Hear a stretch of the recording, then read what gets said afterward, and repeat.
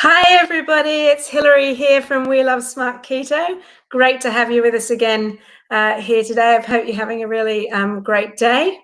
I just thought I'd pop into the group to answer some questions that we've been getting in the group. We've been collecting the questions and I thought I'd answer a few today. So if you're here in the group, just give us a like or a wave or just say hi, so that I know that you're here. If you're watching it on the live broadcast, put in a 1.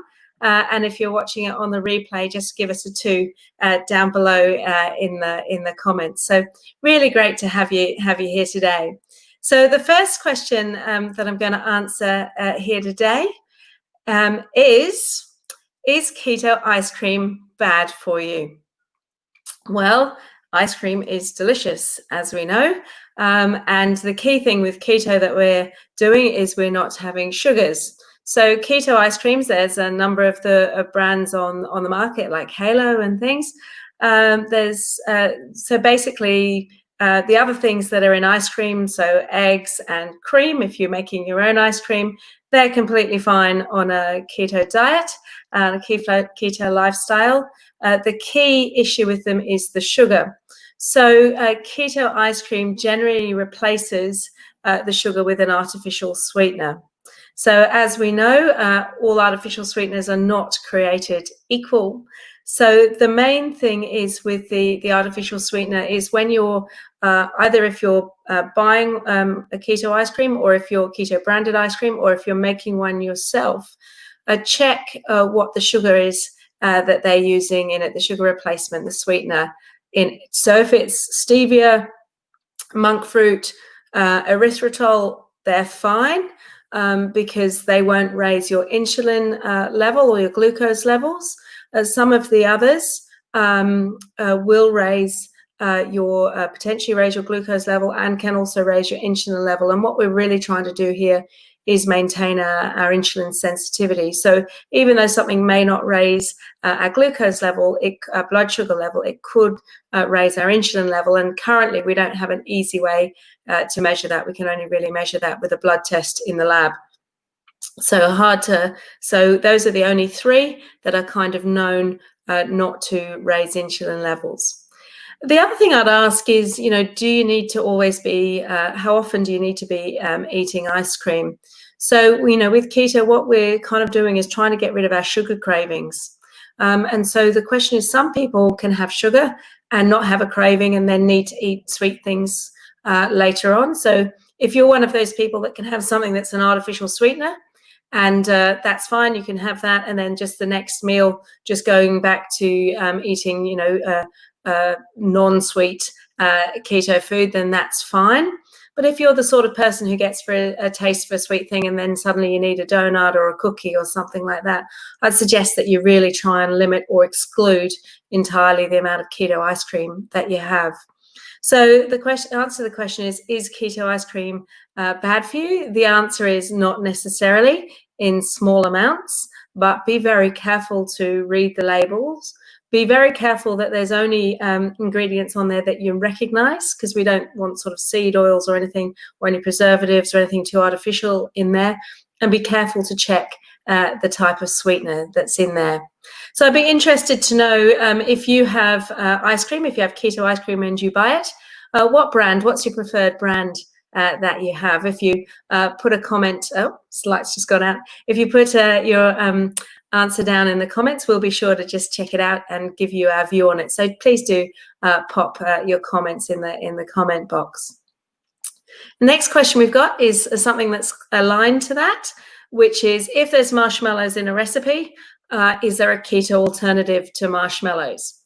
Now, again, the same answer stands. Really try and limit the amount of sweet things that you have. If you do have it, just have it as an occasional treat.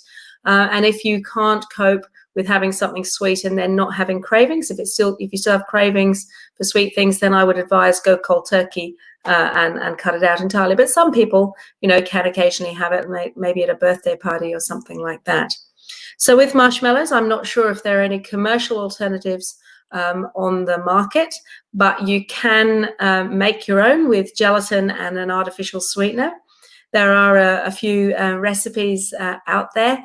Nom Nom Paleo, for example, has done an experiment with making marshmallows with different types of sweeteners, because of course with marshmallows it's not just the taste, you want to get the right consistency, you want to kind of get that pillowy sensation, and some of those artificial sweeteners won't quite do that. But we will in the group post some marshmallow recipes. And you can experiment, some of the recommendations from Nom Nom Paleo, things like allulose and xylitol. But again, we need to have a look at those and make sure that they're not going to raise your insulin levels when you try them. So hopefully that's good. Tell me if you found, if you make your own marshmallows or you don't have marshmallows at all, just let us know. Do you eat marshmallows? Do you make your own? Or do you get a commercial brand? Just let us know in the comments below. I'd be really interested in that. Personally, I just don't eat marshmallows at all anymore. Although to be honest, I hardly ever ate them in the first place. Here in Australia, when you get a coffee and you get a coffee for your child, you always get a marshmallow with that. So they're always gone fast as lightning, as you can imagine. Not by me, but by the child, of course. So I've got a couple more questions here. One is, should I eat something with my keto coffee? So let's just talk about, let's just talk about what keto coffee is. So keto coffee is usually MCT oil, which is a form of purified coconut oil, a liquid oil, with some butter, and you basically froth it all up together. So you don't just chuck a lump of butter in your coffee. You froth it all up so that you've got a kind of a cappuccino sort of style drink. Now, what's the reason that we do that? Well, the MCT oil and the butter basically, helps keep your appetite low. And so if you're comfortable with drinking black coffee, go for that. That's fine. There's absolutely no need to drink a keto coffee. Personally, I don't particularly like keto coffee, so I tend to drink my coffee just black or with just a tiny splash of cream in it, just to take the edge off the bitterness. So we're doing it as a sort of a way to, keep our appetite suppressed with a way and get some of the benefits of being able to get into ketosis. But there's no need to do it. If you have your keto coffee and it keeps you full, absolutely no need to eat. And if you're trying to lose weight, skipping a meal is a good plan. And so if you feel that perhaps you're doing it as you're trying to extend your time between meals, have your keto coffee. And it takes a while for the message to go from our stomach up into our brain to say that we're full. And the way that works is that our fat cells, our adipose tissue, releases a molecule and a hormone called leptin. And that leptin travels up into the hypothalamus, which is a part of the brain, travels up to the hypothalamus and says, we're full, we don't need any more to eat. But that takes about 20 minutes. So if you have your keto coffee, say you're hungry and you decide to have a keto coffee and you're still hungry, then just wait for 20 minutes and see if that signal works. And if you're still hungry, then eat, and eat until you're satisfied. Eat keto style food until you're satisfied. So the answer to should you eat something with your keto coffee? The answer is no, you don't. You don't have to have keto coffee. If you do have keto coffee, there's no need to eat anything with it. And if you're not feeling satisfied after 20 minutes and you're still hungry, then by all means, have something to eat, or just wait until the next meal. If you can wait until the next meal, that's of course better, because one of the things we're trying to do is have an optimal time between our meals. So just give me I hope that helps. Just give me a comment down below. Do you have keto coffee? If you do you have it on its own, or do you have it with a snack? I'd be really interested to know that. Just let us know what you do with your keto coffee. All right, we've got what time for just one more question. Let me just check my list of questions that came in the group. Okay. So this is a very interesting question. This is a question: does sleep apnea or insomnia make a difference in losing weight? And so there's some very, very interesting studies on sleep.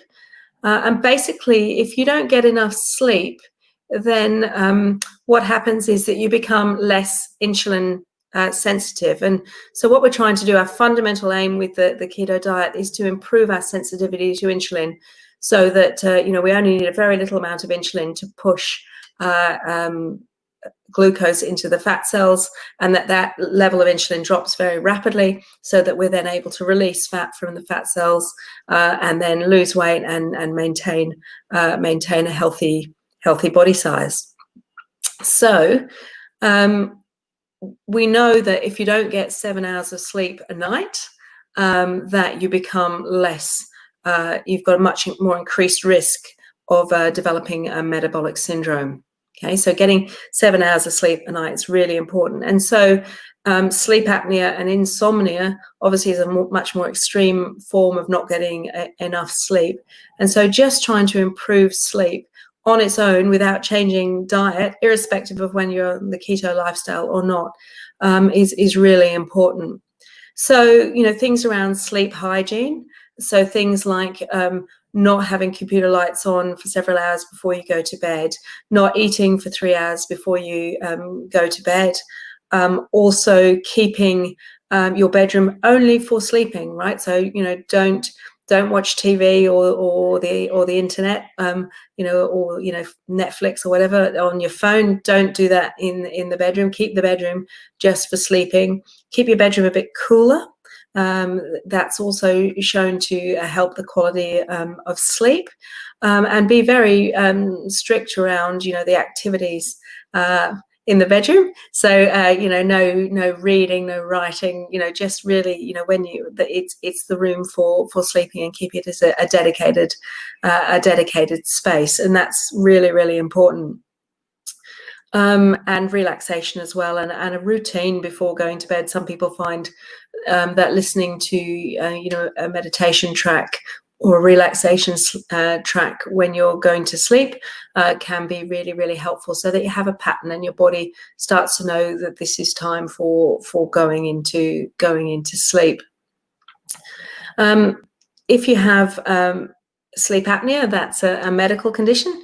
Very important that you go and see your health professional and get that treated, because that's a really important thing to address. And I can't give you really advice on that, but yes, it can impact on your weight loss.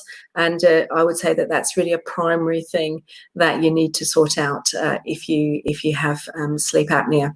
So I hope that's useful. Let me know in the comments how many hours of sleep a night do you get? I know that there's something that I've found in the past very challenging with very busy work lifestyle. Single parent of a little one, who used to take 2 hours to go to sleep, and would be up at 5 in the morning. Very, very hard to get enough sleep with trying to tidy the house up in the evening and all of that.